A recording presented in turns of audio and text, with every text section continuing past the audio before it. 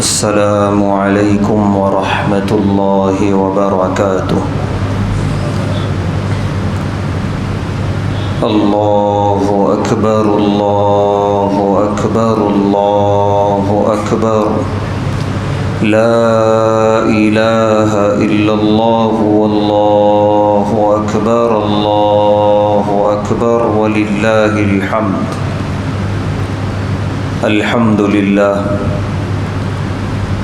الحمد للہ نحمده ونستعینه ونستغفره ونؤمن به ونتوکل علیہ ونعوذ باللہ من شرور انفسنا ومن سیئات اعمالنا، من يهده الله فلا مضل له ومن يضلله فلا هادي له، ونشهد أن لا إله إلا الله وحده لا شريك له، ونشهد أن سيدنا ونبينا وحبيبنا ومولانا محمدا عبده ورسوله، أما بعد، قال الله تبارك وتعالى في القرآن الكريم: اعوذ باللہ من الشیطان الرجیم، بسم اللہ الرحمن الرحیم، ان المتقین فی ظلال وعیون وفواکہ مما یشتہون، کلوا واشربوا ہنیئا بما کنتم تعملون، انا کذالک نجزی المحسنین، ویل یومئذ للمکذبین۔ صدق اللہ العظیم۔ ہر طرح کی تعریف اور حمد و ثنا کے لائق اللہ تبارک و تعالیٰ کی ذات ہے،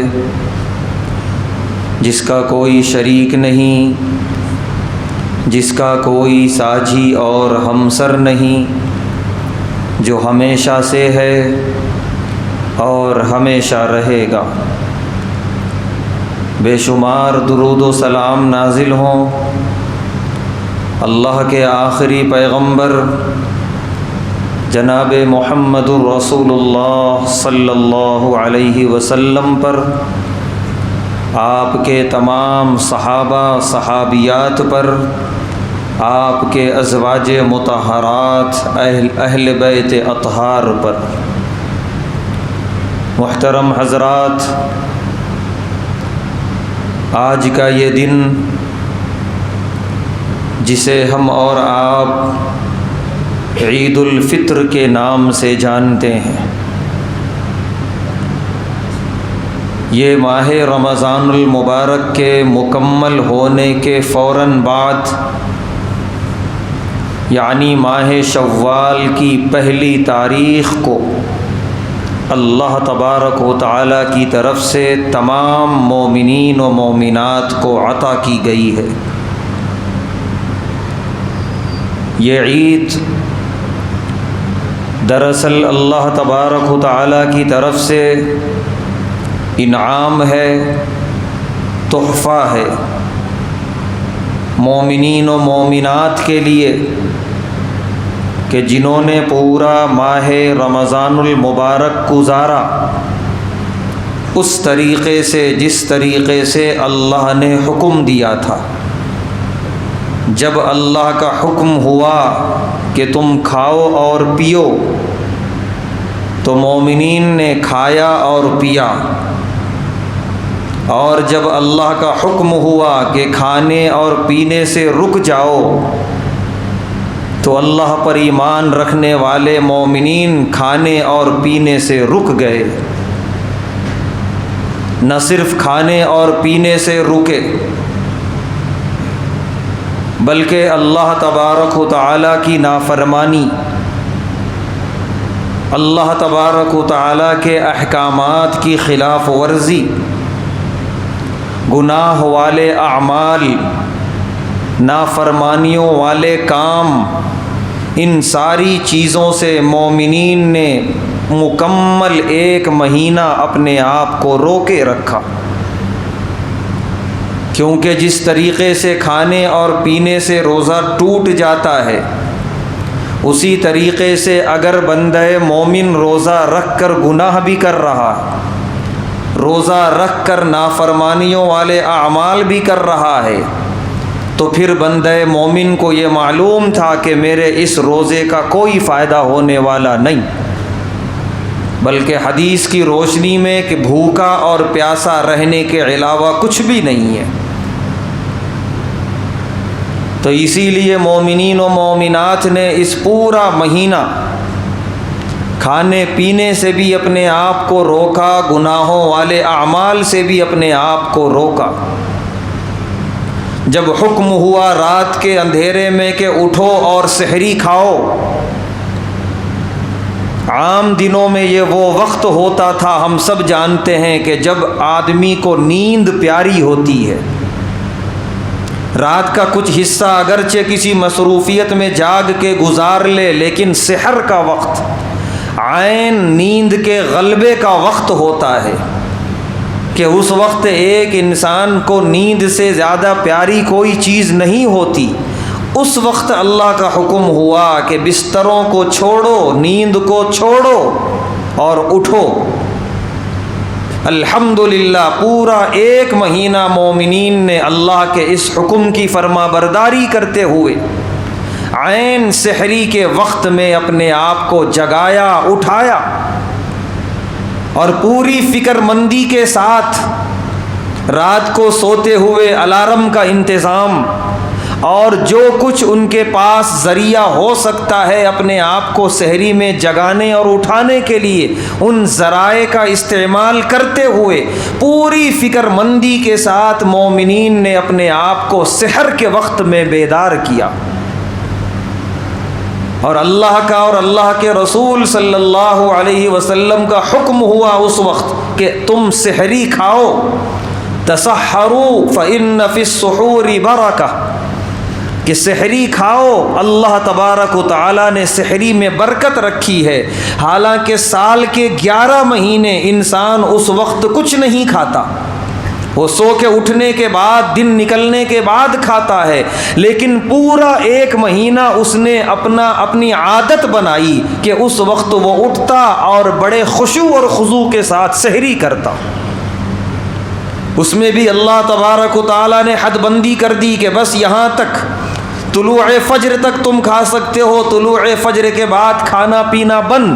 پوری فکر مندی کے ساتھ وقت پر بار بار نظر ڈالتے ہوئے مومنین نے طلوع فجر سے پہلے پہلے اپنا کھانا پینا مکمل کیا پورا 1 مہینہ، اور پھر اس کے بعد غروب آفتاب تک کھانا اور پینا بند۔ چاہے کتنی بھی گرمی ہو، چاہے کتنی بھی گرمی کی شدت اور پیاس کا احساس ہو، تھکاوٹ ہو، بھوک کا احساس ہو، نفس ہزار خواہش کر رہا ہو، تقاضا کر رہا ہو پیاس کا، پانی پینے کا، کھانا کھانے کا، لیکن بندہ مومن نے اپنے آپ کو اپنے نفس پہ غالب رکھا کہ نفس چاہ رہا ہے میں کوئی مشروب پیوں، لیکن نہیں پینا ہے۔ جب تک غروب آفتاب نہ ہو جائے، نہ ایک دانہ نہ ایک قطرہ حلق کے نیچے کچھ نہیں اترے گا، چاہے کتنی بھی شدت کی پیاس ہو۔ اس نے اپنے آپ کو روکا، اپنے نفس پہ کنٹرول کیا، یہاں تک کہ اس نے صبر کیا غروب آفتاب تک۔ جب غروب آفتاب ہوا، اللہ تبارک و تعالیٰ کا حکم ہوا کہ اب تم کھاؤ اور پیو، افطاری کرو۔ چنانچہ بندہ مومنین نے بڑے خشوع اور خضوع کے ساتھ اللہ کا نام لے کر افطاری کی اور پیا اور کھایا، اپنی بھوک اور اپنی پیاس کی شدت کو مٹایا۔ اور عام دنوں میں آدمی جب زیادہ کھاتا ہے اور پیتا ہے، سستی طاری ہوتی ہے، وہ آرام اور راحت کا تقاضا کرتا ہے، لیکن یہاں چند لقمے کھائے، مسجد کے میناروں سے اذانیں شروع ہوئیں۔ وہی بندہ مومن جو عام دنوں میں اگرچہ دسترخوان پہ بیٹھا ہو اور اذان کی آواز آ رہی ہو، چاہے وہ کسی بھی نماز کی اذان کی آواز ہو، وہ بڑے آرام سے اپنا کھانا پینا مکمل کرتا، اتنی فکر نہیں ہوتی کہ مجھے دوڑ کے جانا ہے مسجد، اگلی صفوں میں جگہ حاصل کرنی ہے، نماز پڑھنا ہے تکبیر اولیٰ کے ساتھ، یہ نہیں ہوتا۔ لیکن ماہ رمضان میں مغرب میں عین ابھی کھا اور پی رہے ہیں کہ اتنے میں مؤذن نے اذان دی اور مومنین نے دوڑ لگا دی اللہ کی مسجد کی طرف۔ کیا فرشتوں کے لیے رشک کا مقام نہیں ہوگا؟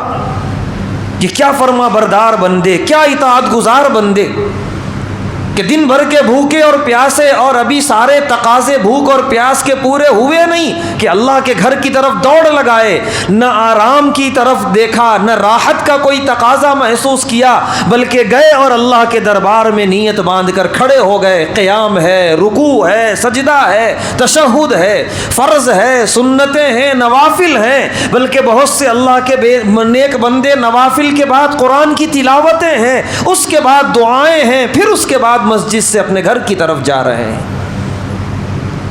یہ جن کو توفیق ملی، اور الحمدللہ اللہ کی ذات سے امید ہے کہ سب کو توفیق ملی ہوگی اس طریقے سے رمضان گزارنے کی۔ ہم نے کتنا اچھا رمضان گزارا، یہ ایام ہم نے اپنے نامہ اعمال میں کتنے خوبصورت انداز میں درج کرائے، شاید ابھی ہمیں احساس نہ ہو، آنکھیں بند ہونے کے بعد معلوم ہوگا کہ یہ اعمال، یہ دوڑ اللہ کے گھر کی طرف، یہ اطاعت اور یہ فرما برداری اللہ تبارک و تعالیٰ کے حکم کی، اور یہ نفس پہ کنٹرول اور یہ صبر اور یہ قوت برداشت، یہ بے انتہا پسندیدہ اور مقبول ہے اللہ کے دربار میں۔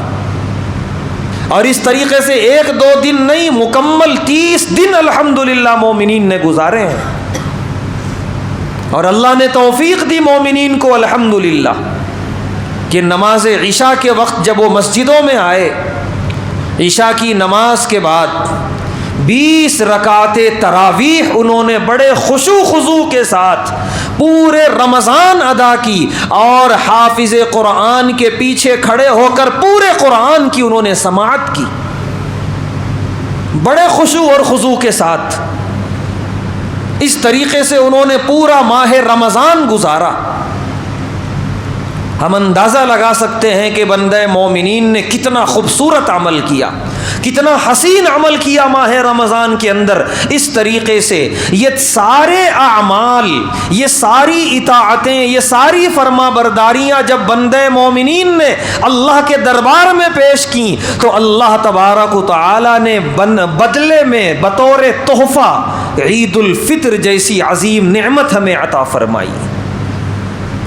یہ ایک دنیا میں اللہ تبارک و تعالیٰ کی طرف سے تحفہ ہے، ورنہ اصل اجر، اصل ثواب تو آخرت میں ملنے والا ہے۔ وہ اتنا ہے کہ ہم اسے ابھی دنیا میں تصور بھی نہیں کر سکتے۔ پیارے حبیب صلی اللہ علیہ وسلم نے ارشاد فرمایا کہ اللہ تبارک و تعالیٰ کا ارشاد ہے، الصوم لی وانا اجزی بہ، روزہ میرے لیے رکھا بندے نے، میں اسے بدلہ دوں گا۔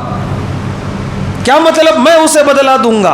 اللہ تبارک و تعالیٰ یہ اپنی شان کی طرف اشارہ کر رہے ہیں، میں اپنی شان کے مطابق بدلہ دوں گا۔ اور جب اللہ اپنی شان کے مطابق دینے پر آتے ہیں تو کوئی حد اور کوئی حساب نہیں ہوتا، بے حد و بے حساب عطا فرماتے ہیں اللہ تبارک و تعالیٰ۔ تو اتنا بڑا اجر و ثواب اللہ نے آخرت میں ہمارے لیے تیار کر رکھا ہے، وہ تو ہے ہی، اس کے ساتھ ساتھ دنیا میں ایک عظیم تحفہ عید الفطر کی شکل میں کہ اے اللہ کی طرف سے اعلان کیا، اے بندو تم نے میری 1 مہینے ایسی کامل اطاعت اور فرما برداری کی، لہذا یہ عید الفطر تمہیں دے رہا ہوں، آج کے دن خوشیاں مناؤ، عمدہ لباس پہنو، جو تم سے میسر ہو سکے عمدہ غذائیں کھاؤ، پکاؤ، دوسروں کو کھلاؤ، ایک دوسرے کو مبارکبادیاں دو، یعنی ایک شریعت کے اور انسانیت کے دائرے میں رہتے ہوئے خوشیاں مناؤ اور اللہ تبارک و تعالیٰ کی اس عظیم نعمت کا شکر ادا کرو۔ لہذا آج کا یہ دن اللہ تبارک و تعالیٰ کی طرف سے میزبانی کا دن ہے۔ آج اللہ میزبان ہے اور ہم سب اللہ کے مہمان ہیں، اسی لیے آج کے دن روزہ رکھنا حرام قرار پایا کہ آج اگر کوئی روزہ رکھتا ہے اپنے آپ کو کھانے اور پینے سے دور رکھتا ہے تو یہ دراصل اللہ کی میزبانی کو ٹھکراتا ہے، اور اللہ کی میزبانی کو ٹھکرانا یہ بغاوت ہے، یہ حرام ہے۔ اسی لیے آج کے دن تمام مومنین و مومنات کو یہ حکم ہے کہ آج عمدہ سے عمدہ غذائیں کھاؤ اور اللہ کے بندوں کو کھلاؤ۔ اسلام کی کوئی بھی عید، کوئی بھی تہوار ہو، اس کے اندر اجتماعیت ہوتی ہے، غم گساری ہوتی ہے، ہمدردی ہوتی ہے، غیروں کی عید کی طرح نہیں کہ جس کے اندر انسانیت ہی ختم ہو جاتی ہے، جس کے اندر تہذیب و تمدن نام کی کوئی چیز نظر نہیں آتی۔ غم گساری اور ہمدردی تو بہت دور کی بات ہے، بلکہ بہت ساری قومیں اس وقت دنیا میں ایسی ہیں کہ جن کے نزدیک خوشی منانے کا مطلب یہ ہے کہ انسانیت کا لبادہ اتار دیا جائے، اس دن انسان ہی نظر نہ آئے، اس دن بچے اپنے باپ کو دیکھے تو تلاش کریں باپ ہے کدھر، اس کے اندر نہ سنجیدگی ہے، نہ وقار ہے، نہ متانت ہے، نہ تہذیب ہے، یہ عجیب بد تہذیب نظر آ رہا ہے، آج بدصورت نظر آ رہا ہے۔ ایسی بھی قومیں دنیا میں اس وقت بس رہی ہیں کہ خوشی کا مطلب یہ ہے کہ انسانیت ہی اتار دی جائے، انسانیت کا لبادہ جسم سے اتار دیا جائے۔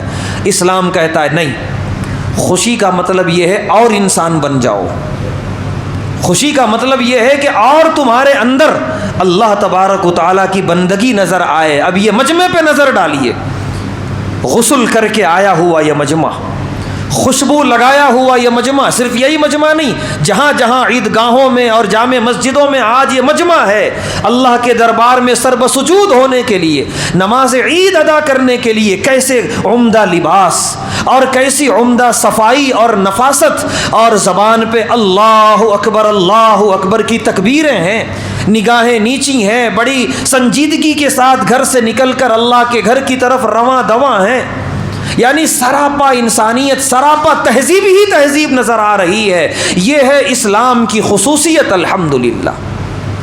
اسی لیے آج کے دن پیارے حبیب صلی اللہ علیہ وسلم نے صدقۃ الفطر کو مشروع فرمایا، ہمدردی اور غمگساری کے لیے۔ ہو سکتا ہے کوئی گھر ایسا ہو کہ اس گھر آج عمدہ غذا پکانے کا سامان میسر نہ ہو، عمدہ لباس اپنے بچوں کو پہنانا میسر نہ ہو، تو کہیں ایسا نہ ہو کہ یہ عید ان کے گھروں میں عید کی خوشیاں داخل نہ ہو پائیں، وہ محروم رہ جائیں، ایسا نہ ہو۔ لہذا تم بھی خوشیاں مناؤ، اور تمہاری نظر میں جو غریب ہیں، جو مستحق ہیں، انہیں صدقۃ الفطر عطا کرو کہ وہ بھی ان پیسوں سے، ان اناج اور غلے سے آج کا دن کھاتے پیتے ہوئے گزاریں، خوشیاں مناتے ہوئے گزاریں۔ اور قوموں کی عید یا تہوار کی طرح نہیں، اللہ معاف کرے، بڑی بڑی قومیں جو اس وقت دنیا میں بس رہی ہیں، چاہے وہ عیسائی قوم ہو یا کوئی اور قوم ہو، ان کی عید اور ان کے تہوار کا مطلب یہ ہے کہ روپیہ اور پیسہ، نشہ اور عیاشیوں میں اڑانا۔ ان کی عید ہے، حضرت عیسیٰ علیہ السلام کی پیدائش کے دن وہ عید مناتے ہیں، وہ جس نام سے بھی منائیں۔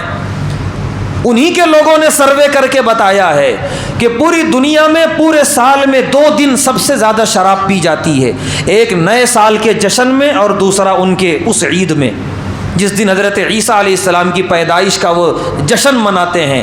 تو یہ ان کی عید ہے کہ شراب پی کر بدمست ہو جاتے ہیں، حیوان بن جاتے ہیں، اور نہ جانے کیسے کیسے گناہ وجود میں آتے ہیں اس دن۔ لیکن الحمدللہ ہمیں جو عید عطا فرمائی ہمارے محبوب دو عالم صلی اللہ علیہ وآلہ وسلم نے فرمایا، بے شک پیسہ خرچہ کرو لیکن اللہ کے غریب بندوں پر، ان کا چولہا جلانے کے لیے، ان کے یتیم بچوں کے جسم پر عمدہ لباس پہنانے کے لیے، اس کے لیے خرچ کرنا ہے، انسانیت کے لیے، غمگساری کے لیے، ہمدردی کے لیے، نہ یہ کہ نشہ اور عیاشیوں کے لیے۔ آج کے دن جو مسنون اعمال پیارے نبی صلی اللہ علیہ وسلم سے ثابت ہیں وہ یہی کہ غسل کرنا، غسل کرنے کے بعد اور دوران غسل مسواک بھی سنت ہے غسل سے پہلے، اس کے بعد جو ہمارے پاس عمدہ لباس میسر ہو اسے زیب تن کرنا، اس کے بعد جو ہماری سب سے پسندیدہ خوشبو ہے وہ خوشبو لگانا، خوشبو میں معطر ہونا، اس کے بعد پیارے نبی صلی اللہ علیہ وسلم کی یہ سنت تھی عید الفطر کے دن کہ عیدگاہ جانے سے پہلے میٹھی چیز تناول فرماتے، اور وہ عام طور پہ کھجور ہوتی تھی۔ یہ مسنون عمل ہے، اگر اس پر عمل کرے تو الحمدللہ، نہ کرے تو کوئی گناہ نہیں ہے۔ علماء لکھتے ہیں یہ اس لیے کہ اور دن بھوکے رہتے تھے طلوع آفتاب کے بعد، لیکن آج کا دن رب کی میزبانی کا دن ہے، تو پیارے حبیب علیہ الصلاۃ والسلام کھجور کھا کے اشارہ فرماتے تھے آج روزہ نہیں، آج کی رب کی مہمانی قبول کرو۔ اس کے لیے آپ کھجور تناول فرما کے عیدگاہ کی طرف تشریف لاتے تھے، اور عیدگاہ آتے ہوئے تکبیرات کا ورد ہوتا تھا، اللہ اکبر لا الہ الا اللہ واللہ اکبر وللہ الحمد۔ ایک سنت اور پیارے نبی صلی اللہ علیہ وسلم کی کہ آپ جس راستے سے عیدگاہ تشریف لے جاتے واپسی میں دوسرے راستے سے تشریف لاتے تھے۔ کتنے صحابہ اس کی گواہی دیتے ہیں۔ علماء لکھتے ہیں کہ یہ دراصل اس لیے کہ جتنے راستے، جتنے گلیاں، جتنے کوچے ہیں مسلم محلوں میں، ہر گلی میں تکبیرات کا ورد ہو، کوئی گلی خالی نہ رہنے پائے، اسی لیے جانا ایک راستے سے تو آنا دوسرے راستے سے، تاکہ ایک راستے پہ تکبیر ہو گئی تو پھر دوسرے راستے پر بھی تکبیر ہو۔ ہر بندہ اگر اس کا خیال کرے گا تو محلے کی کوئی گلی خالی نہیں رہے گی تکبیرات سے، تو تمام مسلم محلہ تکبیرات سے منور ہو جائے گا، بابرکت ہو جائے گا۔ یہ بھی پیارے حبیب علیہ الصلاۃ والسلام کی سنت تھی۔ لہذا یہ مسنون اعمال، ان مسنون اعمال پر ہم عمل کرنے کی کوشش کریں، اور نماز عید الفطر سے پہلے صدقۃ الفطر ادا کر دینا، یہ پیارے نبی صلی اللہ علیہ وسلم کی سنت بھی تھی اور حکم بھی تھا۔ اور بعض مرتبہ سوالات کرتے ہیں لوگ کہ عید سے پہلے رمضان ہی میں ادا کریں، علماء اور فقہاء نے پوری اجازت دی ہے، کیونکہ یہ عید الفطر کی تیاری کے لیے ہے صدقۃ الفطر، اور فی زمانہ تیاریاں 1-2 گھنٹے میں ہونا آسان نہیں ہے اس زمانے کی طرح، لہذا 1-2 دن پہلے یا اس سے بھی پہلے صدقۃ الفطر ادا کر دیا گیا تو وہ ادا ہو گیا، اور غریب کے لیے عید الفطر کا انتظام کرنا بھی آسان ہو گیا، تو لہذا اس میں بھی کوئی کوتاہی نہ ہونے پائے، نماز عید الفطر سے پہلے ہر حال میں صدقۃ الفطر ادا ہو جائے۔ آج کا دن دراصل متقیوں کا دن ہے، کیونکہ رمضان آیا تھا تقوی دینے کے لیے، تقوی کی دولت سے مالا مال کرنے کے لیے۔ یا ایھا الذین آمنوا کتب علیکم الصیام کما کتب علی الذین من قبلکم لعلکم تتقون۔ اے ایمان والو، تم پر روزے فرض کیے گئے اسی طرح جیسا تم سے پہلے لوگوں پر فرض کیے گئے تھے، تاکہ تم متقی بن جاؤ۔ لہذا جن کے روزے قبول ہوئے، جن کی عبادتیں قبول ہوئیں، یقیناً ان کو تقوی جیسی دولت سے نواز دیا گیا ہوگا، اللہ تبارک و تعالیٰ کی ذات سے امید ہے۔ اور جن کو تقوی کی سند مل گئی، اللہ تعالیٰ فرما رہے ہیں ان المتقین فی ظلال وعیون، کہ متقین کل آخرت میں سایوں میں ہوں گے، کوئی دھوپ کی شدت نہیں، کوئی وہ جو حشر کی گرمی ہوگی ایسا کوئی ان کو سابقہ نہیں پڑے گا، انہیں ٹھنڈک ہی ٹھنڈک، راحت ہی راحت دی جائے گی۔ وعیون، اور وہ جنت میں چشموں میں ہوں گے، دودھ کی نہریں، شہد کی نہریں، جنتی شراب کی نہریں، جس شراب میں کوئی نشہ نہیں ہوگا اور لذیذ خوشبودار شراب ہوگی۔ وَفَوَاكِهَ مِمَّا يَشْتَهُونَ، اور وہ میوے عطا کیے جائیں گے جس کی وہ خواہش کریں گے، جو چاہیں گے، جب ان کے دل میں جیسی خواہش ہوگی وہ میوہ اور وہ ساری نعمتیں ان کے سامنے بہم میسر اور مہیا ہوں گی۔ اور اللہ کی طرف سے اعلان ہوگا کلوا واشربوا ہنیئا بما کنتم تعملون، کھاؤ اور پیو خوب آسودہ ہو کر، کوئی روک ٹوک نہیں، کوئی حد نہیں ہے، جتنا تم سے ہو سکے کھاؤ اور پیو، لطف اندوز ہو جاؤ، اس لیے کہ بما کنتم تعملون، تم ایسے نیک عمل کر کے آئے ہو۔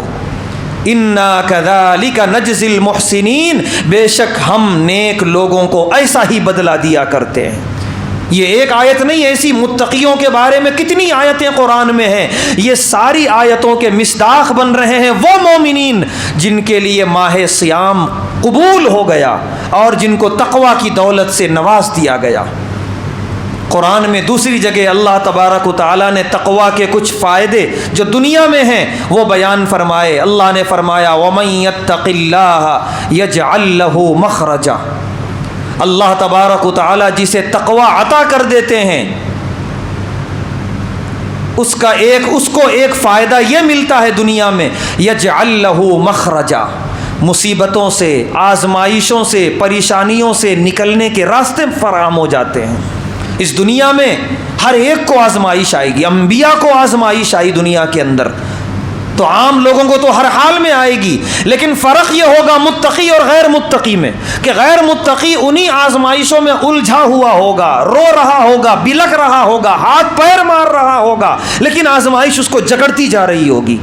اور ایک متقی کے حق میں یہ ہوگا آزمائش آئی, کبھی کبھی علماء نے یہاں تک لکھا ہے اس کی پیشانی پہ بل کی نوبت نہیں آتی, اللہ راستہ نکال دیتے ہیں.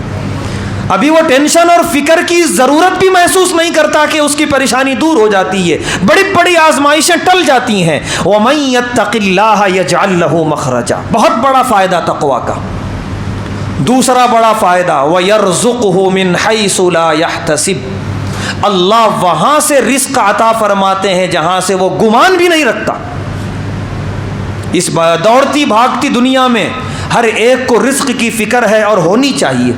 اللہ کا حکم بھی ہے کہ رزق کے لیے محنت کرو, کسب معاش. تو محنت تو ہر کوئی کر رہا ہے, لیکن ہر ایک کو شکوہ ہے کہ جو توقع ہے وہ نہیں ہو رہا, جتنی مجھے امید ہے وہ نہیں مل رہا ہے. اللہ فرما رہے ہیں اس سے زیادہ ملے گا, توقع سے زیادہ, اور جہاں سے توقع نہیں وہاں سے بھی اللہ دروازہ کھول دیں گے. بس ایک شرط ہے, اپنے اندر تقوی پیدا کر لو, اللہ کا ڈر اور اللہ کا خوف. وَيَرْزُقْهُ مِنْ حَيْثُ لَا يَحْتَسِبُ. اس کے بعد آگے اللہ نے آیتوں میں فرمایا وَمَن يَتَّقِ اللَّهَ يُعْظِمْ لَهُ أَجْرًا وَمَن يَتَّقِ اللَّهَ يَجْعَل لَّهُ مِنْ أَمْرِهِ يُسْرًا. دو اور فائدے اللہ بتا رہے ہیں.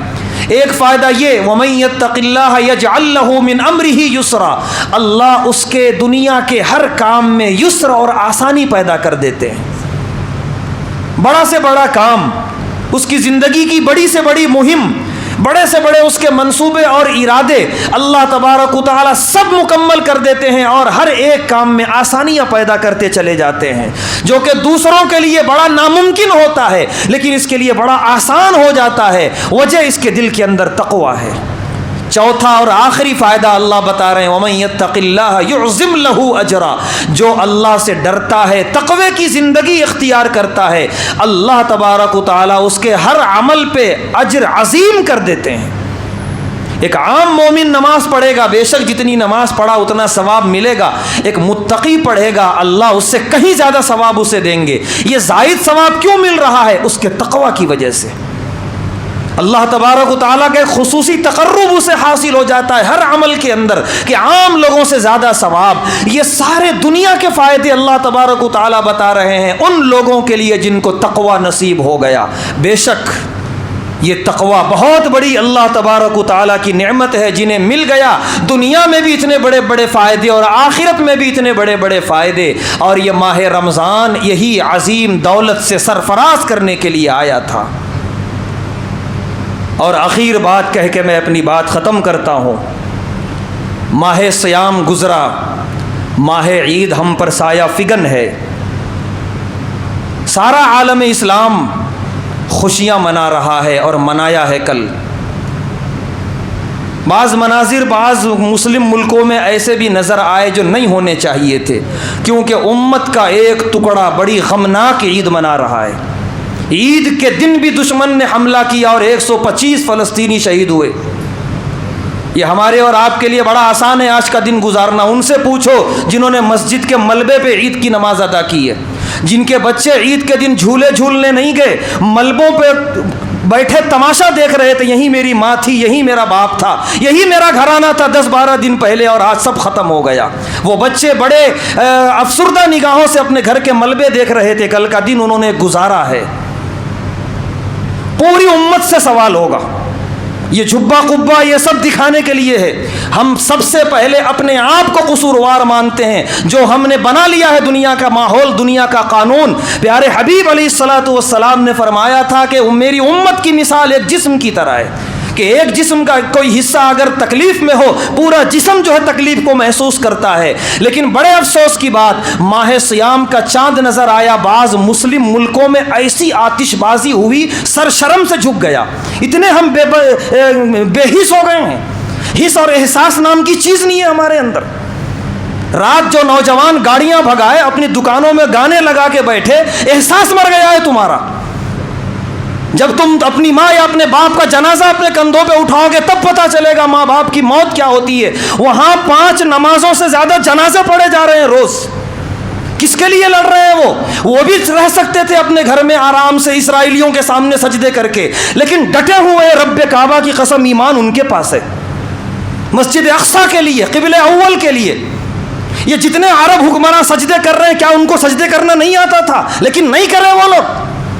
تراویح میں انہوں نے حملہ کیا صرف اس لیے کہ آخری عشرے کی عبادت نہ کر سکیں. انہوں نے منہ توڑ جواب دیا. 2000 مسلمان اعتکاف بیٹھے مسجد اقصیٰ میں. نہیں یہ ڈر ان کے سینوں میں. وہ ہم جیسی ڈرپوک اور بزدلی زندگی نہیں گزارتے. الحمدللہ مر ہم گئے ہیں, زندہ وہ لوگ ہیں. سیدھی سیدھی بات. اس لیے شرمندہ ہو ہم لوگ اپنے آپ پہ. کچھ نہیں کر سکے تو کم سے کم مذاق تو نہ اڑائیں ان کی عید کا, ان کے شہادتوں کا. اوقات میں رہیں, سنجیدگی میں رہیں. بے شک خوشیاں منائیں, لیکن دل کے ایک کونے میں کسک ہونی چاہیے اپنے ان مظلوموں کے لیے, ان شہداء کے لیے جو پوری امت مسلمہ کا کام تھا وہ تنہا مٹھی بھر لوگ کر رہے ہیں بیچارے. وہ ارض فلسطین کی حفاظت, ارض مقدسہ کی حفاظت صرف ان کی ذمہ داری نہیں, پورے مسلمانوں کی ذمہ داری تھی. لیکن سب لوگ اپنے گھروں میں بیٹھے تماشے دیکھ رہے ہیں. مٹھی بھر لوگ جو ہے یہ کام کر رہے ہیں. لہذا ان کو یاد کرتے ہوئے, ان کی شہادتوں کو یاد کرتے ہوئے, اس کی کسک اپنے دل میں بساتے ہوئے عید منانے کی کوشش کریں ہر حال میں. اور ان کو جتنا ہو سکے اپنی دعاؤں میں یاد رکھیں. اللہ انہیں اور حوصلہ دے. وہ پیچھے ہٹنے والی قوم نہیں, وہ آگے سے آگے بڑھ رہی ہے. وہ جتنے جنازے دفنا رہے ہیں اس سے زیادہ قدم اور آگے بڑھا کے وہ مسجد اقصیٰ کی حفاظت کے لیے تیار ہو رہے ہیں. اور انشاءاللہ جب تک وہ قوم زندہ ہے مسجد اقصیٰ کو کوئی کچھ نہیں کر سکتا. بس اللہ تبارک و تعالیٰ ان کے ایمان کی, ان کے حوصلوں کی حفاظت کرے. تو یہ آخری ایک پیغام تھا جس کو دل میں رکھ کے آج کی عید گزارنا یہ بے حد لازم اور ضروری ہے. اللہ تبارک و تعالیٰ سے دعا ہے اللہ تبارک و تعالیٰ ہم تمام کو عید کی مسرتیں اور شادمانیاں عطا فرمائے. ارض فلسطین میں اس کی تمام سچی خوشیاں نصیب فرمائے. ہر طرح کے شرور اور فتن سے حفاظت فرمائے. ایک مرتبہ عید کی نماز کا طریقہ سماعت فرما لیں کہ عید کی نماز 6 زائد تکبیروں کے ساتھ ادا کی جاتی ہے. تو نیت کریں کہ دو رکعت عید کی نماز واجب ادا کرتا ہوں 6 زائد واجب تکبیروں کے ساتھ. اس کے بعد تکبیر تحریمہ ہاتھ باندھ لیا جائے گا, ثنا پڑھی جائے گی. ثنا پڑھنے کے بعد 3 مرتبہ ہاتھ اٹھا کے چھوڑ دیا جائے گا. 3 مرتبہ میں 2 مرتبہ چھوڑا جائے گا, تیسری مرتبہ میں باندھ لیا جائے گا. اس کے بعد سورہ فاتحہ ضم سورہ, پھر رکوع سجدہ ہوگا. دوسری رکعت میں اٹھیں گے, پھر سورہ فاتحہ ضم سورہ ہوگا. ضم سورہ کے بعد رکوع میں جانے سے پہلے 3 مرتبہ ہاتھ اٹھا کے تکبیر کہہ کے چھوڑ دیا جائے گا. پھر چوتھی تکبیر رکوع کے لیے کہی جائے گی. چوتھی تکبیر میں ہم سب رکوع میں چلے جائیں, پھر باقی نماز اور نمازوں کی طرح ادا کی جائے گی. صفیں